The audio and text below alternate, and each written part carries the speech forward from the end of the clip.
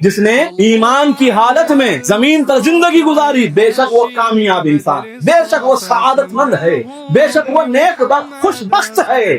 لیکن حقیقی معنوں میں خوش بخت، حقیقی معنوں میں سعادت مند وہ انسان ہے جس نے زمین پر بھی حالت ایمان میں زندگی گزاری اور زمین کے اندر جاتے ہوئے بھی دولت ایمان اپنے ساتھ لے گا۔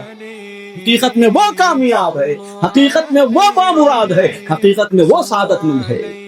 یہ جو علم ہے کفریات کا کہ کن باتوں کے کہنے کی وجہ سے آدمی کافر ہو جاتا ہے، کون سے جملے کفریہ جملے ہیں، یہ وہ علم ہے جس کے بارے میں علماء نے صریح طور پر ارشاد فرمایا کہ کفریات کا علم حاصل کرنا ہر مسلمان پر اہم فرض ہے، فرائض میں سے بھی اہم فرض ہے کفریات کا علم حاصل کرنا۔ علم ہی آپ کو گناہوں سے، علم ہی آپ کو کفر سے، علم ہی آپ کو برائیوں سے، اور علم ہی آپ کو اللہ کو ناراض کرنے والی چیزوں سے بچا سکتا۔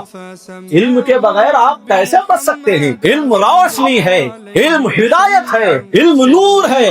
ہدایت کے بغیر، روشنی کے بغیر اور نور کے بغیر آپ ظلمتوں اور کفر و شرک کے اندھیروں سے کیسے بچ سکتے ہیں؟